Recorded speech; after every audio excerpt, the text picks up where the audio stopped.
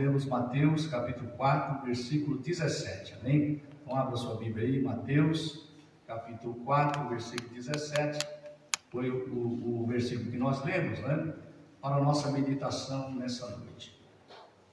Então o versículo está dizendo: desde então começou Jesus a pregar e a dizer: arrependei-vos, porque é chegado o reino dos céus. Amém? Então nós vamos, irmãos, a palavra que nós vamos meditar nessa noite, nós queremos então estudar aí o livro de Mateus, o livro Evangelho segundo escreveu Mateus, né? Nós temos no Evangelho de Mateus uma mensagem muito importante, né? Vocês vão ver, nós começamos a estudar o livro de Mateus e nós descobrimos que todo crente, né, todo crente novo convertido deveria ser discipulado através do livro de Mateus, né? Nós vamos perceber que muitas coisas, apesar de nós, né, já temos um longo tempo de caminhada, muitas das vezes nós não percebemos o que é de mais importante na nossa vida, aquilo que Deus ele requer de nós. No livro de Mateus, nós vamos então descobrir. Então, eu quero nessa noite, vou começar essa mensagem, falando sobre o Evangelho segundo escreveu Mateus, a sua divisão e a sua mensagem, a mensagem que traz aí o Evangelho segundo escreveu Mateus. Mas, amados irmãos, mas antes de entrarmos, propriamente dito aí na nossa mensagem, nós eu queria pontuar algumas coisas com os irmãos, que vejo que é necessário para nós entendermos a mensagem do Evangelho segundo escreveu Mateus. Nós somos assembleianos, amém? Somos assembleianos, né? Somos pentecostais, amém. Pentecostais, né? Ok. E, amados irmãos, nós precisamos saber exatamente qual é a nossa corrente, a nossa linha de interpretação. Isso é muito importante antes de nós começarmos a estudar no livro, né? Saber qual é a nossa linha de interpretação, porque existem outras linhas, né? Então nós precisamos então saber exatamente qual é a nossa linha, para que a gente possa então, né, ao abrir e começar a estudar, nós temos em mente qual é o caminho que nós temos que tomar, sem sair dele, porque senão daqui a pouco nós começamos a esbarrar em outras linhas e aí podemos até nos complicar. Então eu queria dizer aos irmãos, eu sei que a maioria dos irmãos sabe, ou todos sabem, né? Existem duas correntes, irmão, duas grandes correntes de interpretação aí, bíblica, né? Uma é chamada a linha calvinista, que os irmãos conhecem, a linha calvinista, e a outra, irmão, é o arminianismo. São essas duas linhas, essas duas grandes correntes, né? E nós temos que tomar cuidado, porque se nós não tivermos a convicção daquilo que cremos, daquilo que abraçamos, nós acabamos indo de um lado para o outro, ok? Sem saber exatamente a linha que nós estamos seguindo. Então, os irmãos já ouviram falar? Já ouviram falar? Estudamos aí na lição passada, né? Uma das lições passadas, quando estudamos o livro, a carta de Paulo aos Efésios, então ali foi falado acerca desse assunto, que é muito importante e nós devemos dar a devida importância a isso. Então, a primeira linha é o calvinismo. E os irmãos sabem que há uma guerra, né? Há uma guerra travada nessa questão do calvinismo com o arminianismo, né? O calvinismo diz que esta é a melhor linha, né, que deve ser seguida, né? E aí a linha arminiana diz: não, nós não concordamos, né? Então o que essas linhas então elas defendem? Então, primeiro o calvinismo, vamos falar um pouquinho do calvinismo, bem rapidinho, né? Nós não vamos entrar aqui em muitos detalhes, mas só dar uma visão geral da questão do calvinismo, né? Então o calvinismo, ele na verdade, quem criou essa linha, né? Essa linha, a origem dela foi dada por João Calvino. Ele é o defensor dessa linha de interpretação, né, bíblica, o calvinismo. E eles defendem 5 pontos importantes que eles defendem aí. Então eu quero que você preste atenção para que você possa então depois definir exatamente qual é a linha que nós então abraçamos como Assembleia de Deus, né?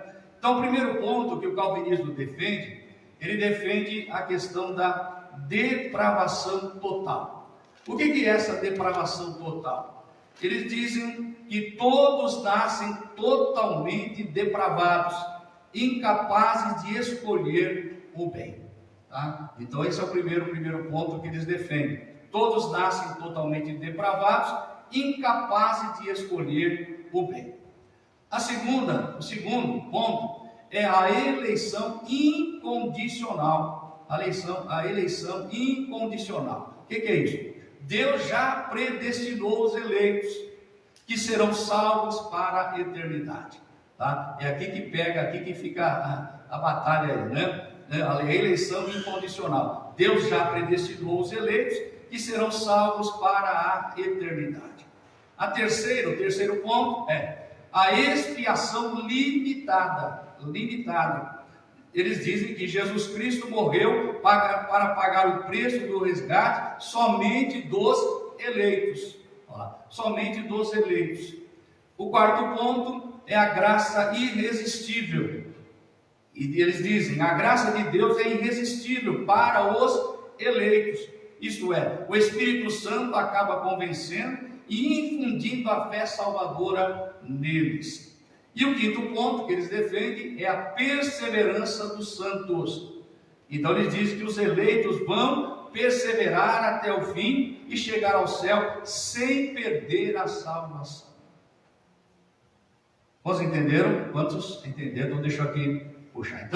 Então o que eles defendem são esses 5 pontos, né? Como dizendo, a depravação total, então quer dizer, o homem não tem livre-arbítrio, ele não tem o livre-arbítrio, quer dizer, ele já nasce depravado, né? Ele já nasce com essa depravação, né? Essa depravação total, e ele é incapaz de escolher o bem, ok? Então a tendência dele é só o mal. O segundo é a eleição incondicional, quer dizer, que Deus já predestinou, então a pessoa já nasce predestinada, né? Aqueles que serão salvos e aqueles que serão perdidos, aqueles que não terão a oportunidade.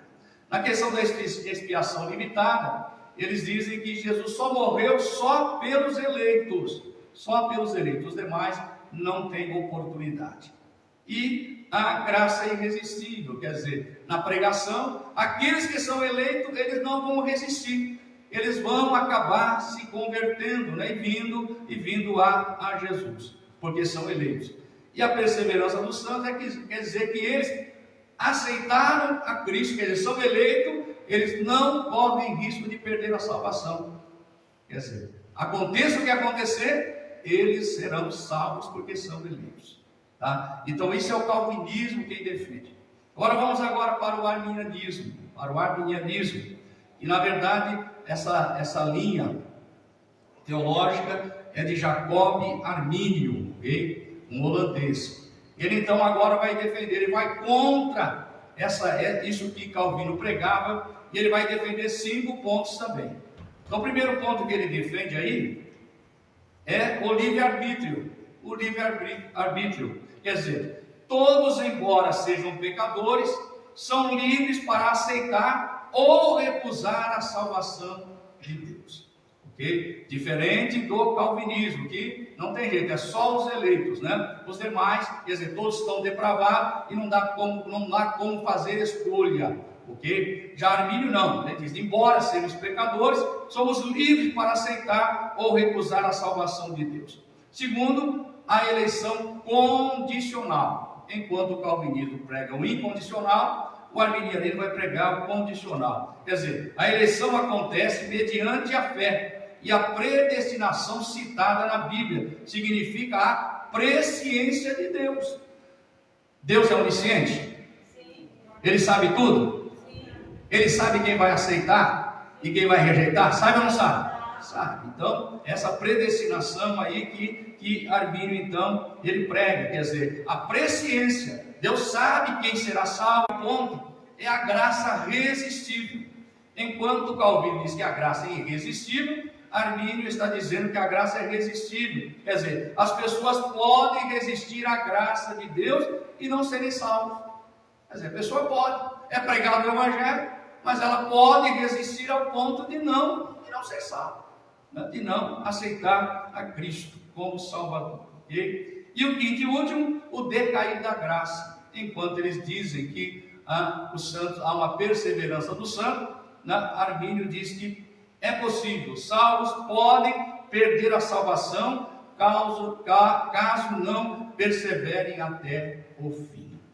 Amém? Então deixa eu perguntar, dessas duas linhas, qual é a linha nossa da Assembleia de Deus? Qual é a linha que nós abraçamos? O calvinismo ou o arminianismo? Tá? Então é isso, irmão. Então isso é muito importante ter isso na mente, né? Tá? Hoje existe um combate muito grande, né? E na verdade esses calvinistas vêm crescendo, né? Vêm se fortalecendo e eles vão para cima mesmo. E nós precisamos ter a nossa linha, a nossa posição, né? Nós cremos no livre-arbítrio, sim ou não? O homem tem livre-arbítrio? Ele pode escolher, sim ou não? Ele pode escolher, lógico, apesar de ele estar no pecado, né? E a tendência dele é para o mal, mas ele tem liberdade para escolher, né? E Cristo morreu por todos, não foi só por alguns, Cristo morreu por todos, ok? Então a nossa linha é essa, nós abraçamos, né? Então a Assembleia de Deus está enquadrada dentro da linha arminiana, é o que nós cremos e também defendemos. Somos também dispensacionalistas, sim ou não? Também dispensacionalistas, né? Fazemos então, por isso que é importante fazermos essa colocação antes de entrarmos no estudo do Evangelho de Mateus. Porque como dispensacionalista, nós cremos, né, nos tempos, né? Nós cremos nos tempos, que Deus trabalha por tempo, né? Determinado tempo, né? Ok? Então, nós fazemos diferenciação entre reino dos céus e reino de Deus. Tem diferença ou é a mesma coisa? Reino dos céus e reino de Deus. Tem diferença ou não tem diferença? Eu estou falando isso, sabe por quê? Porque o livro de Mateus ele está recheado dessa expressão, reino dos céus. Se você contar, e eu já tive a curiosidade de contar, são 32 vezes essa citação, reino dos céus. E os outros evangelhos sinóticos, né, que é Marcos e Lucas, eles vão usar mais a expressão reino de Deus. Será que tem diferença?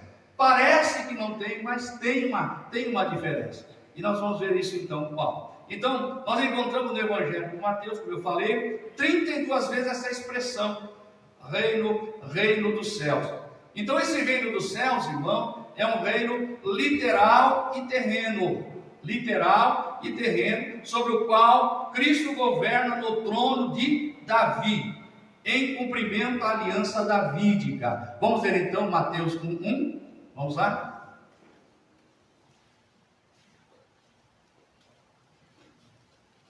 Livro da geração de Jesus Cristo, filho de Davi, filho de Abraão. Olá. Vamos ver também Lucas capítulo 1, versículo 32 e 33. Vamos ver também esses dois versículos. Este será grande e será chamado Filho do Altíssimo, e o Senhor Deus lhe dará o trono de Davi, seu pai, e reinará eternamente na casa de Jacó, e seu reino não terá fim. Olha aí, tá? Então nós dois versículos aí que mostram Jesus como filho de Davi, e como filho de Abraão, né? Louvado seja o nome do Senhor.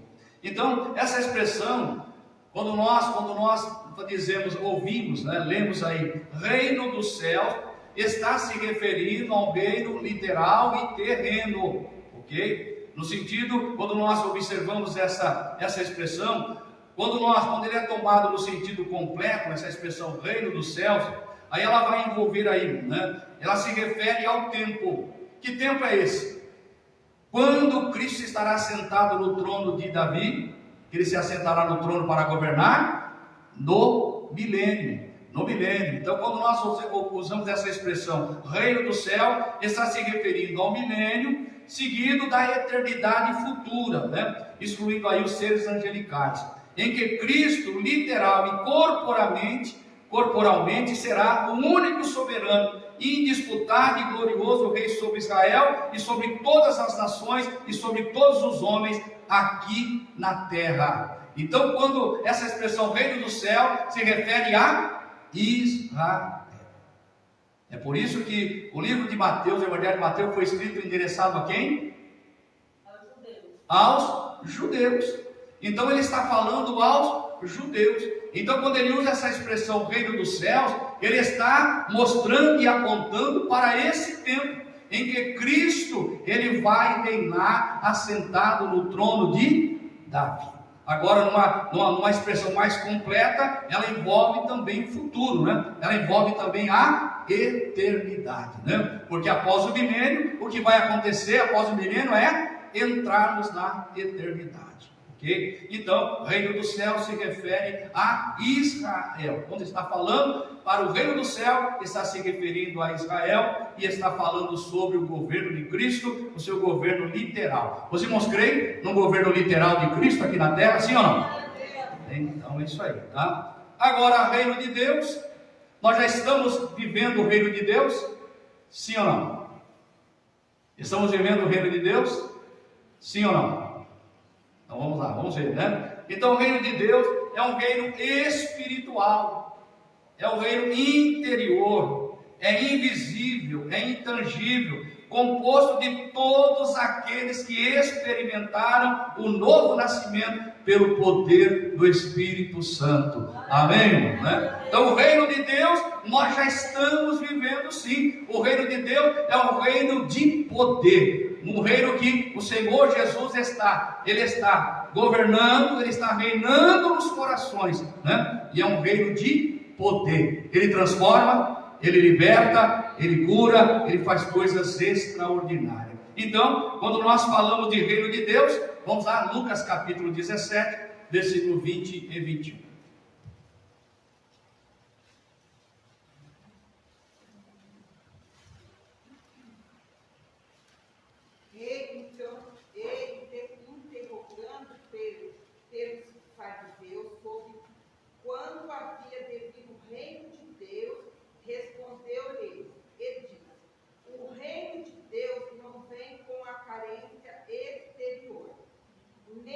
Nem dirão ele aqui, ou ele ali, porque eis que o reino de Deus está entre nós.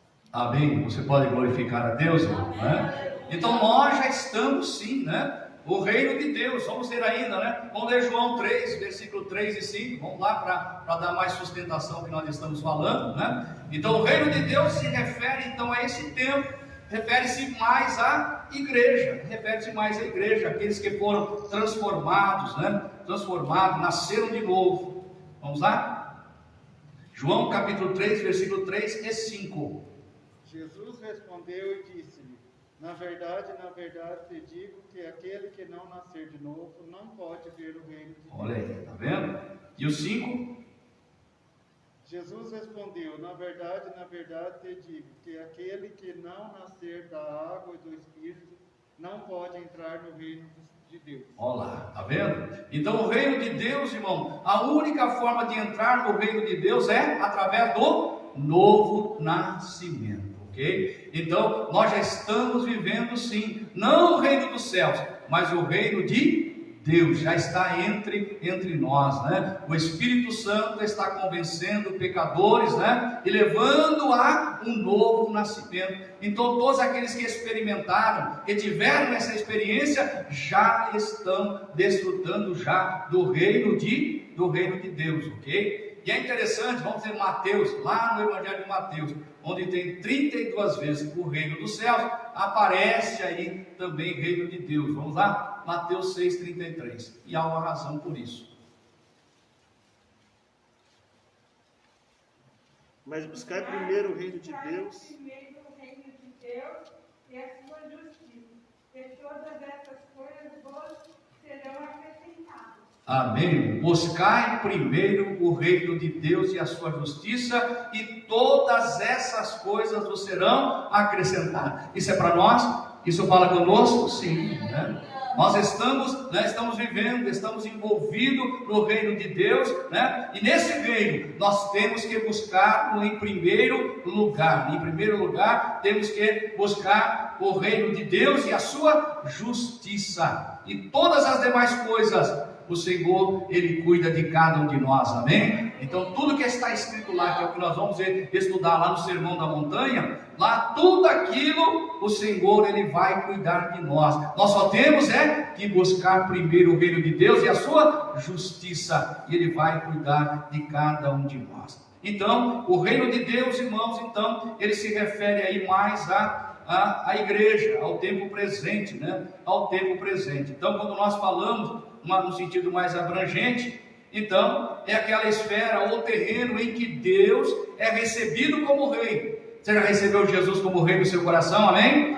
Nós já recebemos, então, recebido como rei, e a sua vontade é obedecida. Estamos obedecendo a voz do Senhor, o nosso rei, amém? Tá certo? Então aí, irmão, inclui aí os santos anjos, inclui os homens redimidos em todas as dispensações. Mas no presente refere-se à igreja. Então, quando falamos de reino dos céus, lembra Israel. Reino de Deus, lembra a igreja. É o que está acontecendo. Jesus veio e ele implantou o reino de Deus. Louvado seja o nome maravilhoso do Senhor. Então, tendo isso em mente, irmão, nós vamos então agora para o livro de Mateus, e vamos então estudar aí, né, a sua divisão e a sua mensagem, sabendo que Mateus foi escrito para os judeus. Então, quando você está lendo Mateus, você não pode perder esse foco. Ele está falando com os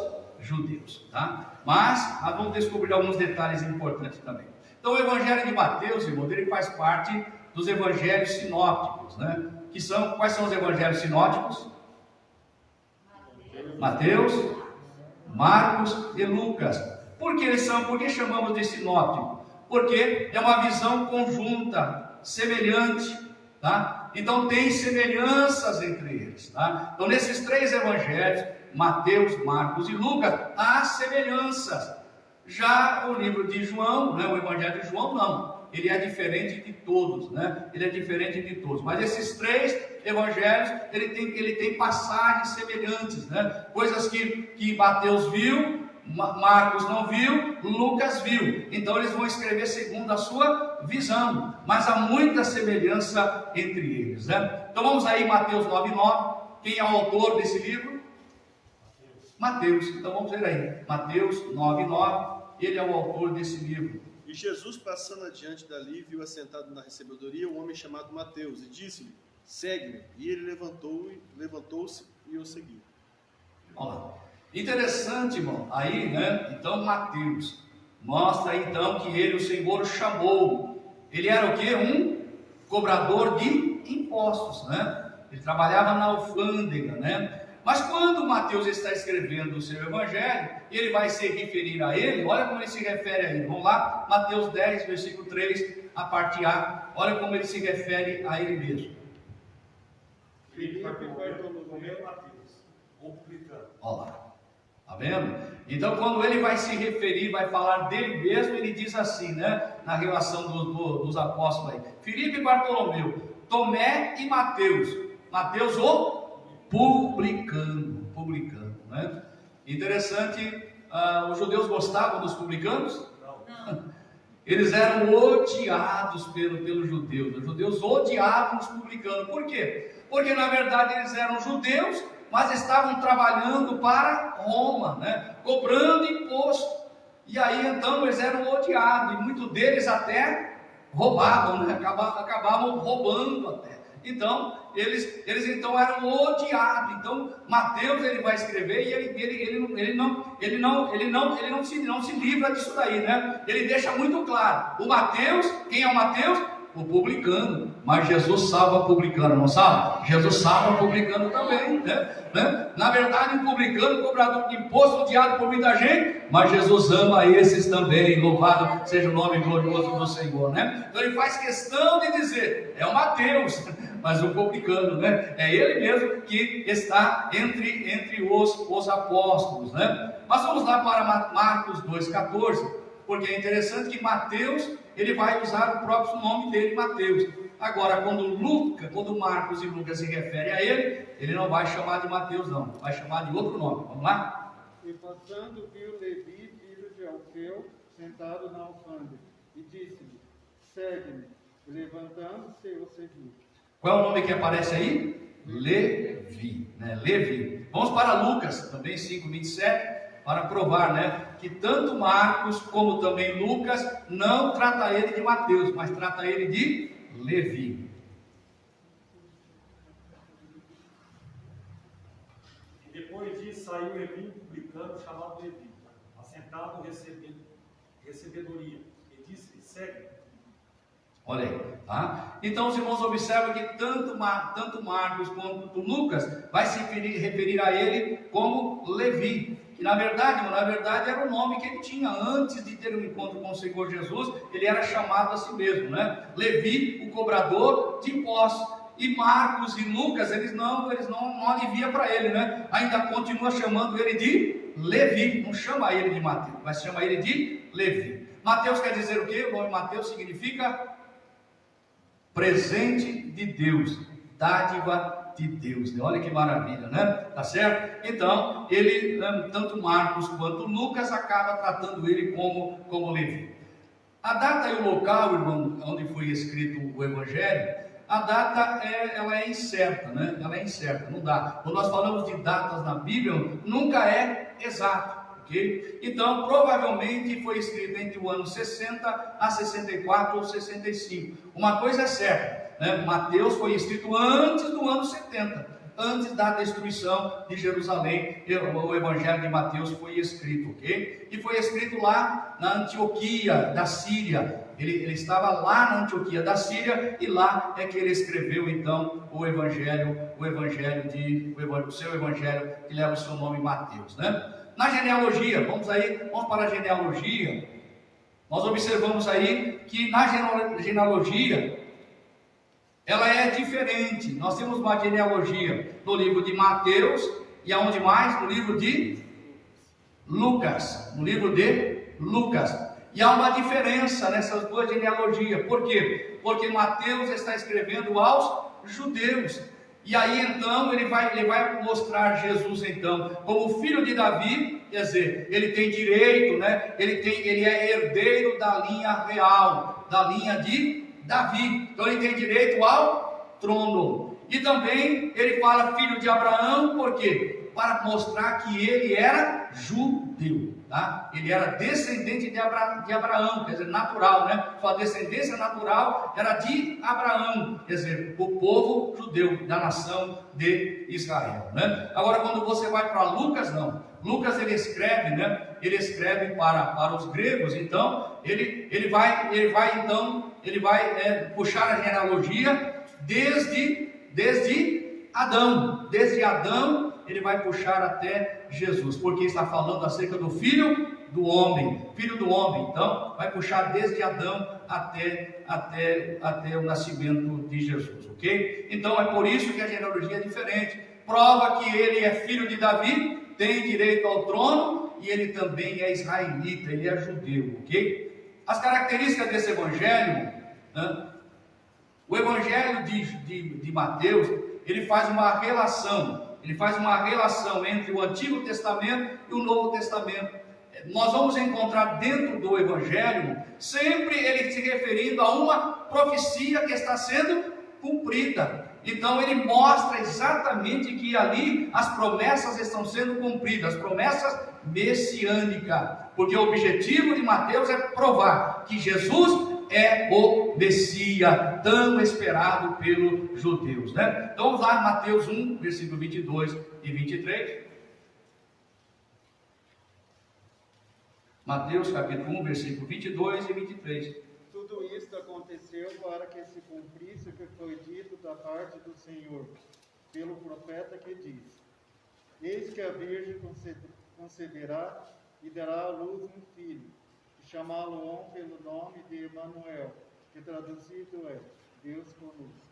Olha aí, né? Então, ele está se fazendo referência a que profeta aí? Quem foi que escreveu essa profecia? Isaías. Então, ele está provando que ali é o cumprimento daquela profecia. Esse Emanuel, ele se cumpre em Jesus. Jesus é o Emanuel, o Deus conosco. Bendito seja o nome maravilhoso do Senhor, né? Então, Mateus, ele foi escrito para os judeus, demonstrando que Jesus é o tão esperado Messias da nação judaica, mas não é exclusivamente judaico. Você pode glorificar a Deus, irmão? Amém? Porque senão ela pode dizer, bom, mas se é para o judeu, por que eu vou ler se é para o judeu? Mas na verdade, ele escreve para o judeu, só que o evangelho não é exclusivo para os judeus. Então é verdade que dias atrás nós pregamos aqui sobre a mulher Ciro-Fenícia, né? A mulher cananeia, que era gentia, mas Jesus abençoou aquela mulher, abençoou, né? Está registrado no livro de Mateus, no evangelho de Mateus está registrado. Então não é exclusivamente judaico, visa também a igreja. É por isso que nós temos que estudar o evangelho de Mateus, e nós vamos descobrir o quanto é importante para a igreja. É importante para Israel? Sim, mas é importante, de suma importância para a igreja também. Vamos lá? E também é o único evangelho que fala acerca da igreja. Marcos não fala, Lucas também não fala, né? Só quem fala mesmo é Mateus. Ele fala acerca da igreja. Vamos lá? Mateus capítulo 16, versículo 18. Ele vai falar acerca, ele vai citar a igreja. Pois também eu te digo que tu és Pedro, e sobre essa pedra edificarei a minha igreja, e as portas do inferno não prevalecerão contra ela. Olha aí, então Mateus, né? Jesus pergunta, Pedro responde, né? Que ele é o Filho de Deus, ele é o Filho do Deus vivo. E Jesus então aqui se refere dizendo, pois também eu te digo que tu és Pedro, quer dizer, uma pedra pequena, uma pedrinha, e sobre esta pedra, ele não fala sobre essa, ele se refere a Pedro como uma pedrinha, mas ele não diz sobre essa, ele diz sobre esta. Ele volta para a pessoa dele, dizendo, sobre esta pedra edificarei a minha igreja, e as portas do inferno não prevalecerão contra ela. Você pode glorificar o Senhor? Amém? A igreja não está construída em cima de Pedro, nem de papas, né? A igreja está sendo edificada sobre a rocha que é Cristo. Louvado seja o nome maravilhoso do Senhor. E ele cita a igreja também, quando ele está falando acerca do perdão. Por isso que ele está falando conosco, né? Mateus 18, versículo 17, ele vai falar sobre a igreja também, mais uma vez, no Evangelho de Mateus. Se não escutar, diz a igreja. E se também não escutar a igreja, considera como um gentil e publicano. Olha aí, né? Então quando Jesus está ensinando, né? Que é um dos sermões contido dentro do livro de Mateus, quando ele está falando sobre o perdão, ele então deixa muito claro, né? Nós temos que perdoar, sim ou não? Temos, né? Houve um problema, você vai em busca do perdão. Agora, ele deixa muito claro aqui, né? Ele deixa muito claro, se a pessoa não escutar, ela não te escutou, o que você deve fazer? Vai dizer à igreja, então vai dizer à igreja. Agora, se também não escutar a igreja, o que vai acontecer com essa pessoa? Vai ser considerada como um gentil e publicano, quer dizer, como um incrédulo, como um pecador, como uma pessoa que não foi ainda redimida, uma pessoa que ainda não nasceu de novo. Porque quem nasce de novo, perdoa? Perdoa ou não perdoa? Quem nasce de novo tem esse poder, né? Tem esta força para perdoar. Quando alguém nos magoa, quando alguém nos atinge, quando somos prejudicados, quando sofremos injustiça, mas o nosso coração é um coração perdoador, amém? Nós estamos dispostos a perdoar. Então, ao estudarmos esse livro, o Evangelho de Mateus, nós vamos descobrir que todas as doutrinas acerca da nova vida em Cristo está contida nele. É por isso que o novo convertido era muito importante ele ler Mateus. Mas quando você pede para alguém ler a Bíblia, ele vai começar a ler lá em Gênesis. Ele começa a ler lá em Gênesis, daqui a pouco ele cansa e para, não dá, esse livro é muito chato, aí ele para de ler. Por isso que a igreja, irmão, né, nós não abandonamos o Novo Testamento, mas para nós começarmos da forma correta, nós temos que começar lendo pelo Evangelho de Mateus, pelo Novo Testamento. Lemos todo o Novo Testamento, aí depois sim podemos voltar lá para Gênesis e começar a estudar, porque aí fica fácil, porque muita coisa que você vai ver lá em Gênesis, você já vai ver que já se cumpriu no Novo Testamento, né? Aí fica gostoso a leitura fica agradável quando nós fazemos isso, né? Então, o livro de Mateus, ele contém a exposição mais sistemática dos ensinos de Jesus e do seu ministério de cura e libertação. Você sabia que a igreja do século II, ela usava o livro de Mateus intensamente na instrução dos novos convertidos? Então eles usavam o livro de Mateus como uma forma de catequizar, uma forma de discipular o novo convertido, o recém-convertido, porque nós vamos descobrir coisas, irmão, no Sermão da Montanha, olha, uma coisa tremenda, e que nós muitas das vezes não damos a devida atenção. E se nós lermos o Evangelho, começarmos o Evangelho, nós já vamos descobrir essas coisas importantes. Então, Mateus ele vai destacar os padrões de retidão do reino de Deus.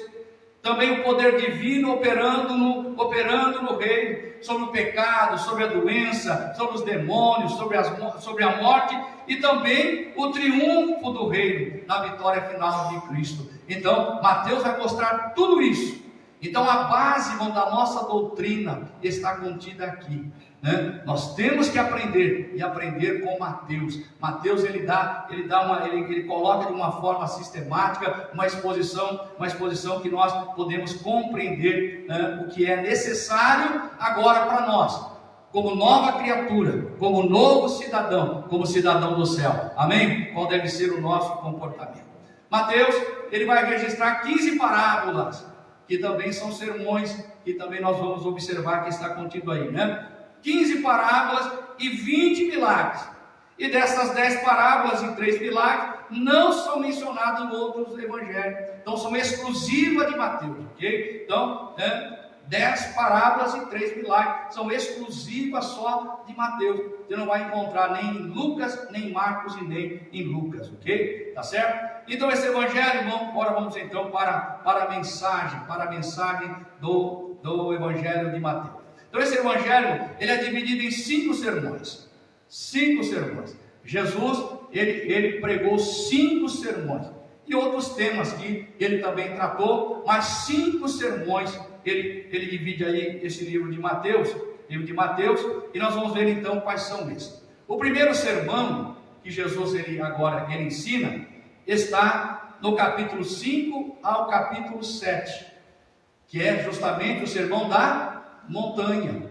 Ali é o primeiro sermão que Jesus prega. E é interessante que todos esses sermões, quando Jesus termina o sermão, e você percebe que ao final daquele sermão, você vai encontrar escrito assim, e aconteceu o quê? Concluindo Jesus esse discurso, então quando ele termina o sermão, ele vai escrever desta forma. Mateus vai escrever desta forma. Vamos ver o primeiro sermão então? Ele inicia no capítulo 5, verso 1 e 2, vamos ver? Então o sermão da montanha, ele começa em Mateus capítulo 5, versículo 1 e 2. E Jesus, vendo a multidão, subiu ao monte, e assentando-se, aproximaram-se dele os seus discípulos, e abrindo a sua boca, os ensinava, dizendo... Olha lá. Agora, irmão, vamos ver o final desse sermão, capítulo 7, versículo 28 e 29. Ao final desse primeiro sermão aí. E aconteceu que, concluindo Jesus esse discurso, a multidão se admirou da sua doutrina, porque os ensinava como tendo autoridade e não como os escribas. Olha aí, então os irmãos observam, irmão, que exatamente ele começa lá no capítulo 5, versículo 1 e 2, ele começa esse sermão e ele vai até o capítulo 7. No versículo 28 e 29, então ele termina esse sermão, e aí Mateus então registra, né, que concluindo Jesus esse discurso. Então nós vamos encontrar aí, irmão, no Sermão da Montanha, nós vamos encontrar a ética cristã e discipulado.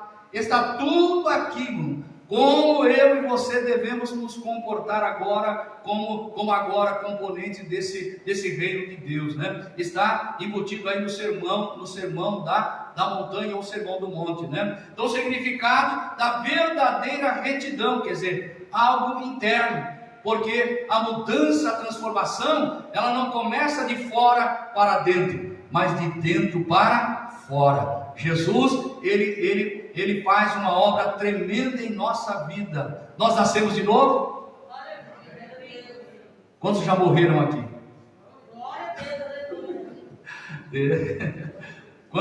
Porque para nascer tem que morrer primeiro, né? Tem que morrer primeiro. Então quando eu pergunto também que você entendeu, né?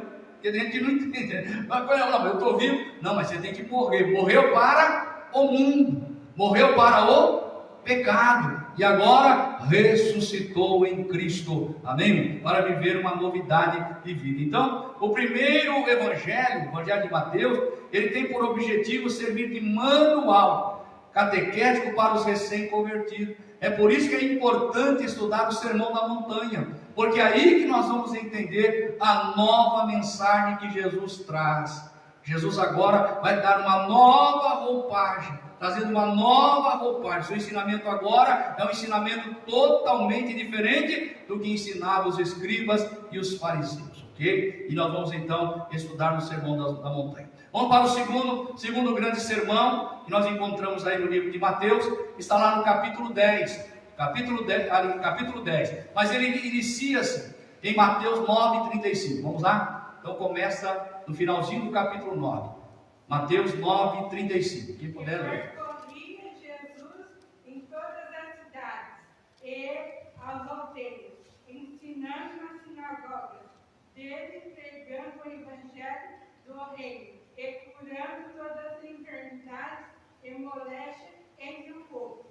Olha lá, ele começa aí, e o sermão que ele vai pregar agora começa no capítulo 10, versículo 1, que é a comissão dos 12.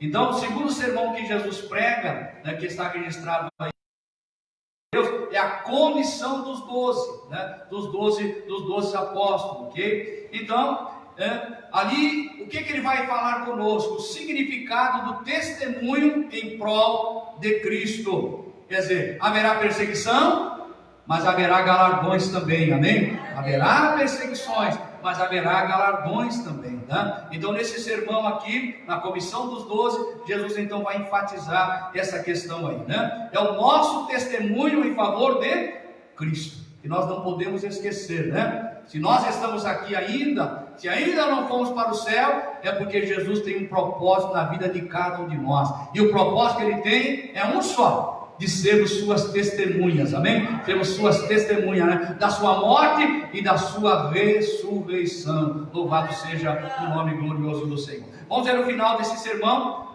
Mateus 11, versículo 1. Ele termina esse sermão no Evangelho de Mateus, capítulo 11, versículo 1. Olha o que está escrito. E aconteceu que, acabando Jesus de dar instruções a seus 12 discípulos, partiu dali a ensinar e a pregar na cidade deles. Olha aí, tá vendo? Então ele encerra. Então toda vez que ele encerra, por isso que dá para você identificar quando começa o sermão e quando termina o sermão. Quando termina, Jesus então, Mateus faz questão de dizer que ele concluiu aquele sermão, né? Ele não deixou pela metade, ele foi até o fim, né? Ele pregou até o final. Vamos para o terceiro sermão, são as parábolas, ok? Que vai dar o significado do reino. Está lá em Mateus capítulo 1 a 3. Vamos ver? Mateus 13, estou dando uma visão geral e depois nós vamos estudar, né? Vamos estudar esses sermões aí. Vamos lá? Mateus capítulo 13, versículo 1 a 3. Tendo Jesus saído de casa naquele dia, estava sentado junto ao mar, e ajuntou-se muita gente ao pé dele, de sorte que, Entrando num barco, se assentou, e toda a multidão estava em pé na praia. E falou-lhe de muitas coisas por parábolas, dizendo: Eis que o semeador saiu a semear. Olha aí, tá? Então Jesus agora, no seu terceiro sermão, ele vai falar em parábolas, né? Ele vai dar o que é semelhante ao reino do céu. O reino do céu é semelhante, e aí ele vai falar em várias parábolas aí, né? Dando assim o significado do reino, o que significa. Então, quando nós estudamos as parábolas, nós vamos entender o significado desse reino, né? Louvado seja o nome do Senhor. O quarto sermão, agora sim, o quarto sermão está lá no capítulo 18. Olha aí, por isso que é para a igreja. Ele vai falar acerca do perdão. Ele vai falar que o homem adulto tem que se fazer como uma criança para entrar no reino dos céus, né? E aí ele vai falar acerca do perdão. Está lá em Mateus 18, versículo 1. Vamos ver? 18. Naquela mesma hora chegaram os discípulos ao pé de Jesus, dizendo: Quem é o maior no reino dos céus? Olha lá, tá vendo? Então Jesus vai discorrer acerca, né? Mostrar quem é o maior. E depois, na sequência, ele vai falar acerca do perdão, né? E o final desse sermão está em Mateus 19, versículo 1. Ele termina esse sermão, conclui esse sermão, no capítulo 19, versículo 1. Aconteceu que, concluindo Jesus esse discurso, saiu da Galileia e dirigiu-se aos confins da Judeia, além de Jordão. Olha aí. Então, Jesus vai nos ensinar aqui, irmão, vai nos ensinar o que é humildade. E o que é o perdão. E precisamos aprender isso, sim ou não? Sim. Como precisamos. Tem tanto crente que esquece, né? Esquece que o seu Senhor é humilde, e nós temos que ser humildes igual a Ele. Se esquece que Ele perdoou uma dívida impagável. Nós não tínhamos condições de pagar essa dívida, e Ele perdoou essa dívida, e nós não queremos perdoar a dívida do nosso irmão para conosco, porque tudo aqui é pagável, sim ou não? Na esfera humana é pagável? Agora no sentido de Deus não, né? Mas Ele pagou, Ele nos perdoou, ok? E nós temos que também agir da mesma forma. E o último sermão, nós vamos encontrar aí, que é o pequeno Apocalipse, ok? Capítulos 24 a 25. Então, ele vai iniciar em Mateus 25. E quando Jesus ia saindo do templo, aproximaram-se dele os seus discípulos para lhe mostrarem a estrutura do templo. Olha lá, tá vendo? Então, ele começa aí então agora a falar dos acontecimentos futuros, né? Agora ele vai estar falando doutrina das últimas coisas, o que vai acontecer no futuro. E está aí no capítulo 24 a 25. Ele inicia no capítulo 24 e ele encerra esse sermão no capítulo 26, versículo 1. Vamos ver? Capítulo 26, versículo 1. Ele encerra este sermão. E aconteceu que quando Jesus concluía todo esse discurso, disse aos seus discípulos. Olha lá, tá vendo? Então ele conclui. Ele vai dar esse pequeno apocalipse, né? Ele vai falar sobre os acontecimentos futuros. Está dentro do livro de Mateus.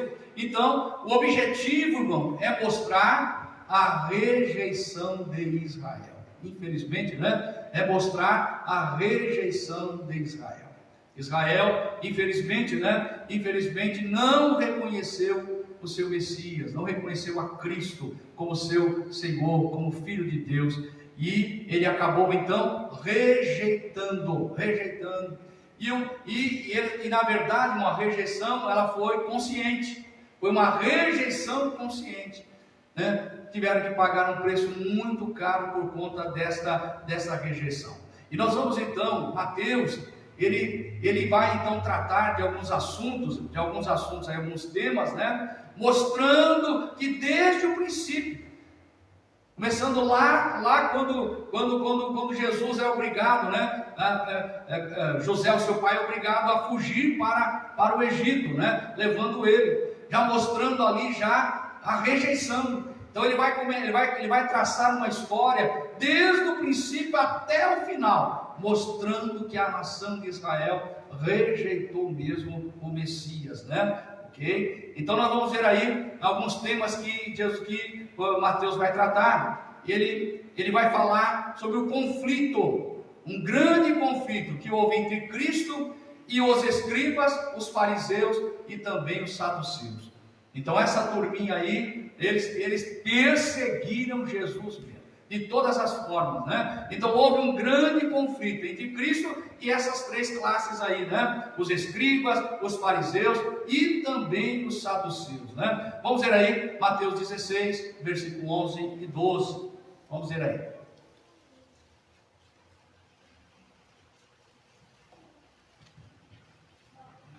Como não compreendeste que não vos falei a respeito do pão, mas que vos guardasseis do fermento dos fariseus e saduceus?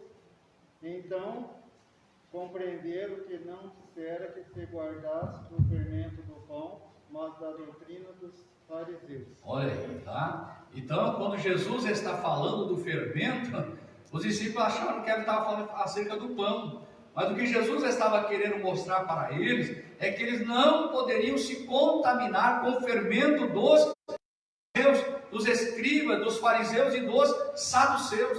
Eles não podiam, né? Porque na verdade o fermento, irmão, o símbolo do fermento na Bíblia é o mal. É o mal, né? Quando nós vemos acerca do fermento na Bíblia, está se referindo ao mal. Porque o fermento faz o quê? Faz a massa? Esse aqui é o grande problema, né? Então, Jesus ele vai mostrar a questão do fermento como algo mal, algo maligno, né? Então ele compara justamente com os fariseus e os saduceus, a doutrina deles, dos fariseus e dos saduceus, que na verdade, irmão, eram inimigos. Eles eram opostos, né? Os fariseus criam de uma forma, os saduceus criam de outra. Eles não se uniam, mas no ódio contra Cristo eles se uniram. Eles se uniram para poder perseguir o Senhor Jesus, né? Então Mateus ele vai mostrar, né? Ele vai mostrar os erros dos escribas e também dos fariseus, e ele vai citar também a questão dos saduceus, né? Que na verdade eles são tratados geralmente de maneira negativa e mostrando de maneira a servir de advertência. Então, quando Jesus está falando dos fariseus e dos saduceus, é uma advertência que ele está falando, ok? Tá certo? É por isso que nós vamos ver lá na parábola, né? Uma das parábolas fala acerca do fermento, né? Né? Então, precisamos já ter isso em mente, que o fermento fala sobre o mal. Fala sobre o mal. Quando se fala de fermento, fala sobre. Então, Mateus ele vai mostrar isso, né? Então, para Mateus, né? Simbolizavam todos aqueles em Israel que rejeitavam a Cristo como rei. Então Mateus vai tratar como um fermento aqueles que negavam, que rejeitavam a Cristo como rei. E ele também vai mostrar, isso que eu falei lá desde o princípio. Você pode começar a ler o Evangelho e você vai perceber que ele faz questão de frisar isso, que desde o princípio, desde o nascimento de Cristo, ele é rejeitado pela nação de Israel. E nós vamos ver isso, irmão. Isso começa desde o seu nascimento e vai até a sua morte? Sim. Então vamos ver isso? Vamos ver isso, Mateus 27, Mateus capítulo 27, versículo 38 a 46. Vamos ver aí. Que coisa terrível.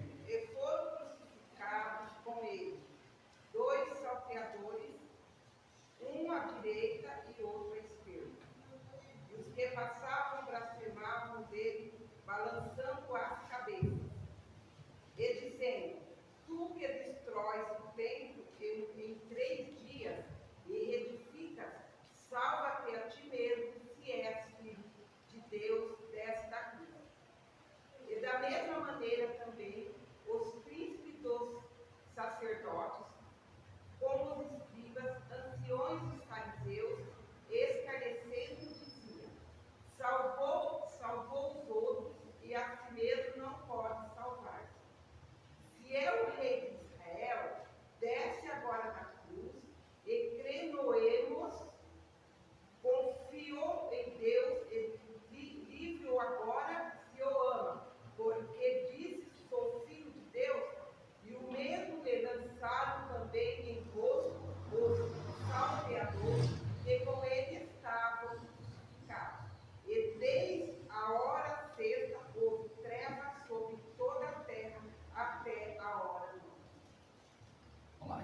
perto da hora nona, exclamou Jesus em alta voz, dizendo: Eli, Eli, lema sabachthani, isto é, Deus meu, por que me desamparaste? Então, Mateus ele vai pintar aí um quadro, né, da rejeição de Cristo, né, mais do que qualquer outro evangelista. Então ele vai mostrar desde o começo até o final Cristo sendo rejeitado, né? Os irmãos observam aí, houve salvação na cruz? Quem salvou? Quem salvou-se na cruz? Um dos ladrões. Mateus registra? Mateus registra? Não. Mateus registra? Não, olha o que ele diz aqui, ó. E foram crucificados com ele 2 salteadores, um à direita e outro à esquerda. E depois no final, ele vai dizer: e o mesmo lhe lançavam também em rosto os salteadores, que com eles estavam crucificados. Mateus não registra a conversão de um dos ladrões, não. Por quê? Porque ele está focado em mostrar a rejeição que houve de Cristo, né? Então nós observamos também: há algum amigo, há algum parente ao pé da cruz? Na crucificação, há parentes e há entes queridos também no pé da cruz, sim ou não? Mateus registra? Não. Mateus não registra que há nenhum ente querido e nenhum amigo ali na hora da crucificação, mostrando que ele foi abandonado mesmo, ele foi abandonado. E aí, irmão, ele chega então para mostrar que a coisa foi cruel mesmo. Aí ele encerra o versículo aí, né, que é o versículo que nós vemos no 46, que até mesmo Deus, o Pai, o desamparou. Deus desamparou Jesus? Deus abandonou Jesus na cruz? E aí?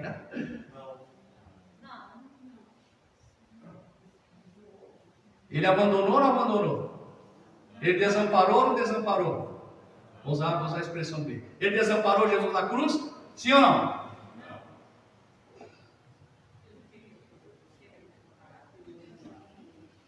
Então Jesus está brincando aqui, né?